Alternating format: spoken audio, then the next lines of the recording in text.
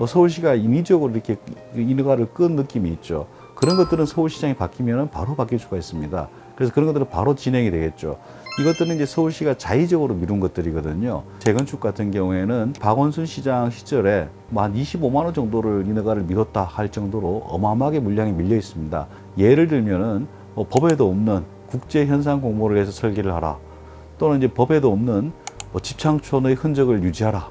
그래서 지역 주민이 뭐 연기하고 이런 것들은 다 법에 없는 것들입니다. 재건축 사업 같은 경우에도 뭐 층고 완화 이런 얘기들을 많이 하고 있는데 청구 완화는 서울시장 직권입니다. 직권이기 때문에 본인이 바로 하면 된다. 서울시장은 용도 지역을 지정할 수 있는 권한이 있습니다. 2종 일반 주거지역을 3종으로 바꾼다라든가 3종을 준지역으로 바꾼다라든가 이런 용적률이 어마어마하게 올라갑니다. 기존 용도 지역을 유지한 상태에서 뭐 이렇게 용적률을 올린다. 이런 것들은 굉장히 어렵지만 용도 지역을 변경해서 용적률을 올린다. 이것들은 서울시장 직권으로 할 수 있거든요. 그렇기 때문에 기대감이 상당히 좀 커지지 않겠는가라고 볼 수 있습니다. 서울시장이 가진 막강한 권한 중에 하나가 각종 기부 체납을 결정하는 공공기여에 대한 것들을 결정할 수 있습니다. 상당수의 단지가 그게 속할 걸로 보이는데 서울시가 과도하게 공공기여를 요구하거나 기부 체납을 요구해서 사업이 무산되거나 지연되거나 이런 것들이 많거든요. 그런 것들은 상당 부분 줄여주면 사업성이 좋아지는 효과가 있습니다. 그렇지만은 역시 뭐 모든 재건축과 재개발이 다 활성화에는 좀 한계가 있다. 안전진단 같은 경우에는 1, 2차적으로는 이제 지방정부가 역할을 좀 할 수 있겠지만은 최종적으로는 국토교통부의 그 영향을 받게 되어 있습니다. 그래서 최종적으로 갔을 때는 정권이 바뀌든가 아니면 정권에서 뭐 의견을 바꾸든가 하지 않는 한은 쉽지는 않을 것이다. 공정률 같은 경우도 상당히 좀 그 조례 사항이라 해서 어렵다라고들 보고 있습니다. 특히 용적률 같은 경우에는 국토교통부에서는 뭐 300% 이렇게 법으로 정해져 있지만은 조례 같은 경우에는 250% 이렇게 대략 한 50% 내외로 더 타이트하게 규정되어 있습니다.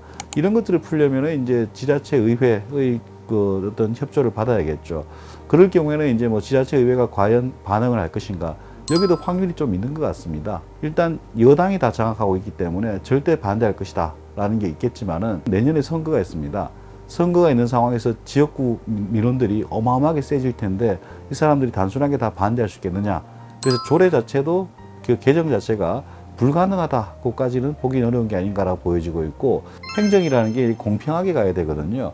그래서 이런 것들을 만들기 위한 어떤 프로세스라든가 원칙을 만드는 것들은 시간이 꽤 걸리지 않을까라고 보여집니다. 어떤 지역은 35층, 어떤 지역은 50층, 어떤 지역은 70층 이렇게 하는데 그 기준이 뭐냐? 뭐 재건축 규제 완화 같은 경우에는 뭐 상당히 어려운 부분이 있습니다. 왜 그러면은 이제 재건축 초과이익 환수제라는 것들이 있고 대출 규제 이런 것들도 많습니다.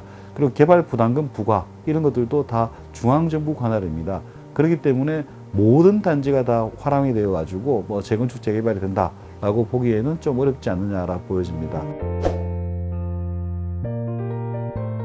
단기적으로는 개발 호재로 인식하기 때문에 서울시 전역의 가격 상승 압력이 커질 가능성이 높습니다. 그렇지만 이것들이 한 3년 정도 지나서 입주가 되기 시작하면 가격 안정 효과는 분명히 있거든요.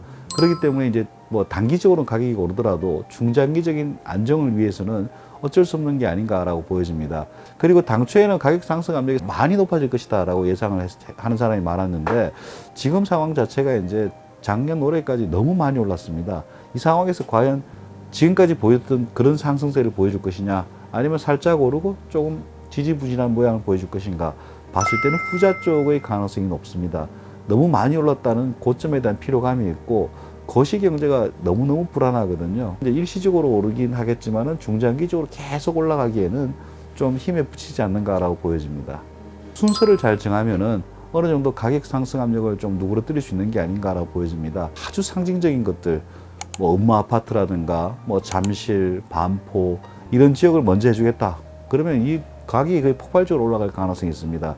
그렇기 때문에 상대적으로 좀 파급력이 적은 단지부터 시작해서 조금씩 확산해 나가는 그런 쪽으로 하면 되지 않을까라고 보여집니다. 그 용산 르네상스 같은 경우에는 과거에 오세훈 시장이 굉장히 드라이브를 크게 걸어가지고 했다가 거의 실현화되지 않았습니다. 본인 같은 경우에도 그 거기에 대한 미련이 있을 거예요. 한강변 아파트에 대해서는 어느 정도 아주 특별한 그런 계획들을 만들어서 이어나갈 가능성이 높다. 그러면 한강변 아파트들도 다 똑같은 게 아니고 어떤 지역은 업무가 들어가 있는 아파트로 바뀌고 어떤 지역은 또 경관을 고려해서 뭐 초고층으로 갈 수도 있고 그런 것들이 있겠죠.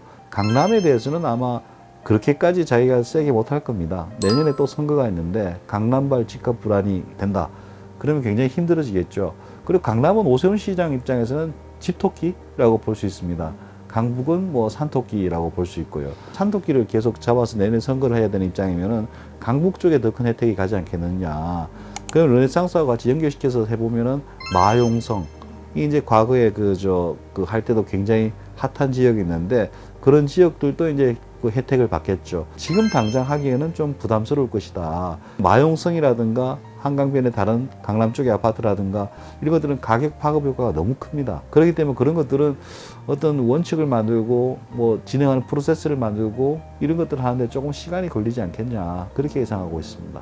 적어도 내년 선거가 끝나고 나서라든가 그때까지 어떤 원칙을 만들어야겠죠. 그게 뭐 국제무가 들어온다라는 게 당초 계획이었는데 최근에는 뭐 국토부에서는 임대주택을 많이 짓겠다 이런 식의 계획으로 나오고 있어가지고 그 불만은 더 클 것으로 보입니다.